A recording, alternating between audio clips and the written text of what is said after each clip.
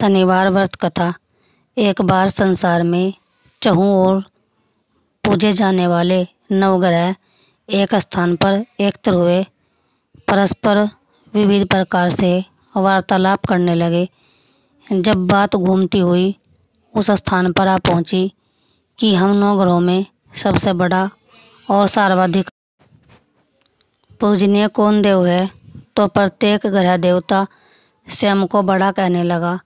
इस बात पर जब बहुत देर तक वाद विवाद होता रहा और कोई निर्णय नहीं हो सका, तो यह तय हुआ कि चलकर इंद्र से इसका निर्णय करना चाहिए। सो वह 9 के 9 ग्रह इंद्रदेव के समक्ष उपस्थित हुए। उन सब की बातें सुनकर इंद्रदेव भी सोच में पड़ गए, किसे छोटा कहूँ और किसे बड़ा, किसकी श्रद्धा के पात्र बने और किसके कोप के भाजन। अंत में सोच समझकर निर्णय न करते हुए वह बोले, मैं अल्प बुद्धि इस बात का निर्णय करने में असमर्थ हूँ। मुझे तो आप सभी बड़े नजर आते हैं और मैं सभी का आदर सम्मान समभाव से करता हूँ। इस पर नवग्रह संतुष्ट नहीं हुए और हट करने लगे कि इसका निर्णय आपको अवश्य करना चाहिए। तब देवराज बोले, आप लोग मृत्युलोक में जाइए। वहाँ एक अत्यंत न्यायप्रिय राजा विक्रमादित्य राज्य करता है। आप उसके पास जाइए, वह अवश्य आपका कोई न कोई उचित निर्णय कर देगा।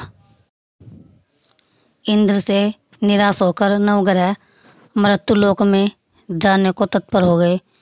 देवराज इंद्र ने जब उन्हें वहां जाते देखा तो प्रसन्न होकर चैन की सांस ली। इस धर्म संकट से निकलना उनके लिए सचमुच ही कितना दुष्कर था, पर अपनी चतुराई से अपने ऊपर आए संकट को राजा विक्रमादित्य पर टाल दिया। उज्जैन नगरी की उन दिनों सारे ही भारत में धाक थी। एक तो वहाँ राजा विक्रमादित्य के दरबार में बड़े बड़े ज्ञानवान लोगों का सम्मेलन होता रहता था। दूसरे उस न्यायप्रिय राजा के न्याय से उज्जैन नगरी का सारे भारत में डंका बजता था। स्वर्ग में जब नवग्रहों का निर्णय न हो पाया तो वह अपने अपने विमानों पर आरूढ़ हो मृत्युलोक में आ पहुँचे।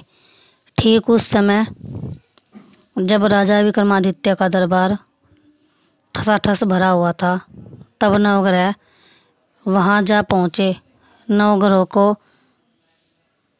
इकट्ठे देखकर विक्रमादित्य अपने सिंहासन से उठ खड़े हुए और सभी देवों को सम्मान पूर्वक आसन ग्रहण करने का अनुरोध करने लगे, परंतु उनमें से किसी ने भी आसन ग्रहण नहीं किया। विक्रमादित्य ने जब प्रश्नवाचक दृष्टि से उनकी ओर देखा तो बृहस्पति देव ने आगे बढ़कर जोरदार आवाज में कहा, हे राजन, हम यहाँ पर तब तक आसन ग्रहण नहीं करेंगे जब तक कि आप हमारा यह निर्णय नहीं करेंगे कि हम लोगों में सबसे बड़ा कौन है।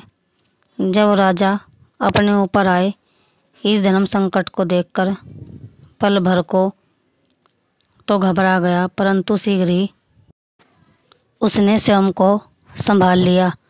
उसने अपने मन में एक युक्ति सोच ली। दरबार में छोटे छोटे आसनों की एक पंक्ति प्रवेश द्वार तक चली गई थी। राजा ने उन लोगों से कहा कि आप यहाँ पर आसन ग्रहण कीजिए और मैं सोचकर अभी आपका निर्णय करता हूँ। यह कहकर राजा अपने सिंहासन पर बैठ गया। सिंहासन के निकट ही जो आसन पड़ा था उस पर भागकर बृहस्पति जी जा बैठे। उनके अगले आसन पर सूर्यदेव जा बैठे। सूर्य के निकट ही चंद्रमा और फिर इसी क्रम में बुध, मंगल, राहु, केतु इत्यादि ने भी अपना अपना आसन ग्रहण कर लिया। पंक्ति में 8वें थे भार्गव, किंतु उन्हें भी संतोष था कि उनके बाद शनिश्चर बैठेंगे, किंतु आसन प्रवेश द्वार के समीप होने के कारण और सबसे अंत में होने के कारण शनिदेव उस पर नहीं बैठे। राजा विक्रमादित्य ने सोचा था कि जो ग्रह उस अंतिम आसन पर बैठेगा वह उसी को विनय और दयाशील के आधार पर बड़ा कह देंगे। पर वहाँ तो बात ही दूसरी हो गई। शनिदेव अति क्रोधी और विकट स्वभाव के देवता हैं। जब वह नहीं बैठे तो आठों ग्रह खिलखिलाकर हंस पड़े। अपना इस प्रकार से अपमान होते देखकर शनिदेव की आंखें क्रोध में लाल हो गई और भ्रकुटी तन गई। क्रोध से कांपते हुए बोले, राजन, मुझसे बैर लेकर तुमने अच्छा नहीं किया। क्या समझकर तुमने मुझे इस प्रकार से अपमानित करना चाहा है और क्यों मुझे तले बिठाना चाहा है? चांद ग्रह का प्रभाव 2.25 दिन रहता है और सूर्य, शुक्र और बुध का प्रभाव केवल 1 मास, मंगल 2 मास और गुरु 13 मास, राहु और केतु 18 मास रहते हैं, जबकि मैं 7.5 वर्ष तक रहता हूँ। इसलिए हे राजन, अब तू सावधान हो जा। तूने जो अपमान किया है उसका दंड तुझे अवश्य मिलेगा। राजा के कुछ दिन तो आराम से बीते, लेकिन शीघ्र ही शनिदेव की कोप दृष्टि फिरी और राजा पर 7.5 आ गई। उन्हीं दिनों एक व्यापारी कुछ घोड़े बेचने के लिए उज्जैन नगरी में आया। सुंदर सुंदर घोड़े देखकर राजा का जी ललचा गया। राजा ने उन्हें खरीदने का आदेश दिया। घोड़ों में एक घोड़ा भंवर नाम का था। राजा उस पर चढ़कर देखने लगे। कुछ देर तक तो घोड़ा राजा को लिए वहीं घूमता रहा, लेकिन फिर सहसा भाग खड़ा हुआ। राजा को बड़ा अचंभा हुआ। घोड़ा एक भयानक जंगल में राजा को पटककर अंतर्ध्यान हो गया। राजा अकेला उस वीरान जंगल में भटकने लगा। साय के समय जब उसे प्यास बहुत सताने लगी तो वह जोर जोर से चीखने लगा। उधर एक पगडंडी से एक ग्वाला अपने गांव को जा रहा था। वह राजा की आवाज़ सुनकर रुक गया। राजा उसके पास गया। ग्वाले ने उसकी व्यथा जानकर उसे निकट की नदी पर ले जाकर पानी पिला। पानी पीने के बाद राजा स्वस्थ हो गया और प्रसन्न होकर उसने ग्वाले को अपने हाथ की अंगूठी उतार कर दे दी और उससे कहा कि मैं उज्जैन का रहने वाला हूँ, यहाँ रास्ता भटक गया हूँ, तुम मुझे रास्ता दिखाओ। तब ग्वाला उसे अपने साथ गांव में लाया। वहाँ एक मिष्ठान की दुकान पर राजा ने मिठाई खा पी कर भूख मिटाई और दुकानदार को भी एक अंगूठी उतार कर दे दी। दुकानदार के पूछने पर उसने उससे भी यही कहा कि वह उज्जैन नगरी का रहने वाला है और उसका नाम बीका है। फिर वह दुकान के बंद होने तक वहीं बैठा दुकानदार से बातें करता रहा। उस दिन दुकानदार की बिक्री बहुत हो गई। उसने सोचा, यह भाग्यवान पुरुष है जो इसके आने से आज मेरी इतनी बिक्री हुई है। इसलिए रात होने पर वह उससे बोला कि वह उसके साथ उसके घर चले और उसके साथ ही भोजन करे। राजा मान गया। जब वह दोनों घर पहुंचे तो दुकानदार की पत्नी ने उनका बड़ा स्वागत सत्कार किया और अतिथि के लिए विशेष रूप से भोजन तैयार किया। भोजन करते समय एक अद्भुत घटना घटी। जहाँ राजा भोजन कर रहा था वहीं सामने की दीवार पर सोने का एक सतलड़ा हार टंगा हुआ था। उसके पीछे एक चित्र था। सहसा ही वह हार वहाँ से अदृश्य हो गया। दुकानदार के यहाँ एक बांदी थी। उसने जाकर घर की मालकिन से कहा, वहाँ खूंटी पर हार नहीं है। जब बात दुकानदार तक पहुँची तो उसने राजा से पूछा। राजा बोला, मुझे तो नहीं मालूम, तुम्हारे और मेरे अतिरिक्त तो यहाँ कोई था ही नहीं। सच सच बताओ, हार कहाँ है? मुझे नहीं मालूम। राजा फिर बोला, मेरे पास कोई हार नहीं है। जब कोई निर्णय नहीं हो सका तो दुकानदार राजा को उस नगर के राजा के पास ले गया। उस नगर के राजा ने जब विक्रमादित्य की भोली भाली सूरत देखी तब बोला, यह व्यक्ति क्या अभी भी चोरी नहीं कर सकता? और यह कहकर उसने विक्रमादित्य को छोड़ दिया। विक्रमादित्य जब उस नगर में यूं ही इधर उधर घूम रहा था, तब उस नगर के एक तेली ने उससे कहा कि वह उसके यहाँ काम कर ले तो उसे वह रहने को स्थान और खाने को सामग्री भी देगा। राजा मान गया और तेली उसे अपने घर ले आया। वहाँ सारा दिन राजा धानी पर बैठा उसके बैलों को हाँकता रहता और तेली बाजार में तेल बेच आता। जब वर्षा ऋतु आई और मूसलाधार वर्षा होने लगी, तब धानी पर बैठे हुए विक्रमादित्य ने मौज में आकर ऊंचे ऊंचे स्वर में राग अलापना आरंभ कर दिया। निकट ही उस नगर के राजा का राजमहल था। वहाँ खिड़की में बैठी राजकुमारी ने जब राजा का मधुर स्वर में गीत सुना तो वह अपना दिल हार बैठी। उसने अपनी बांदी को पता करने के लिए भेजा।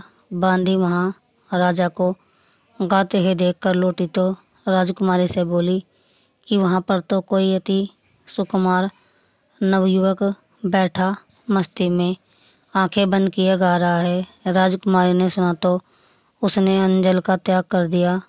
रात तक जब उसने कुछ नहीं खाया तो रानी ने आकर उसे समझाया, पर वह बोली कि वह तो उस गाने वाले से ही शादी करेगी। रानी ने जाकर राजा से कहा कि राजकुमारी एक तेली पर मोहित हो गई है और उससे ब्याह रचाना चाहती है। राजा ने सुना तो बहुत क्रोध हुआ। उसने तेली के घर से विक्रमादित्य को बुलाया और उसके हाथ कटवाकर जंगल में फेंकवा दिए। यह बात जब राजकुमारी को पता चली तो वह और भी अपनी बात पर दृढ़ हो गई। बोली, मैंने तो अब उसी को वर लिया है, वह चाहे कैसा भी हो उसी से विवाह करूंगी। बेटी की हट देखकर लाचार हो राजा ने दोबारा विक्रमादित्य को नगर में बुलवाया और उससे राजकुमारी का मामूली ढंग से पानी ग्रहण कराया और एक साधारण मकान में दोनों को बसा दिया। दोनों वहीं रहने लगे। एक दिन जब विक्रमादित्य सोया था तो स्वप्न में उसे शनिदेव नजर आए। विक्रमादित्य ने उनके सामने नमस्कार किया और अक्षमा याचना की। शनिदेव ने उसे आशीर्वाद दिया और बोले, अब तुम्हारे 7.5 वर्ष खत्म हो गई है। राजा बोला, मुझसे जो गलती हुई उसके लिए मुझे क्षमा कर दीजिए। शनिदेव ने मुस्कुराकर उसे आशीर्वाद दिया और राजा के दोनों बाजू दोबारा निकल आए। राजा ने अपनी पत्नी राजकुमारी को रात को जगाया नहीं। वह रात को उसके गले में अपनी बाह डालकर सो गया। सुबह राजकुमारी की आंख खुली तो उसने अपनी गर्दन में बाहें पड़ी देखी तो वह चौंक कर उठ बोली। लेकिन शीघ्र ही विक्रमादित्य ने जाकर उसको सब बातों से अवगत करा दिया।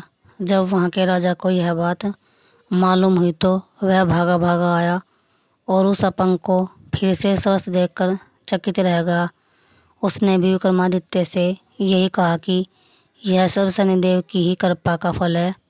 विक्रमादित्य ने अपना वास्तविक परिचय भी उस राजा को दिया और सारा किस्सा विस्तार से सुनाया।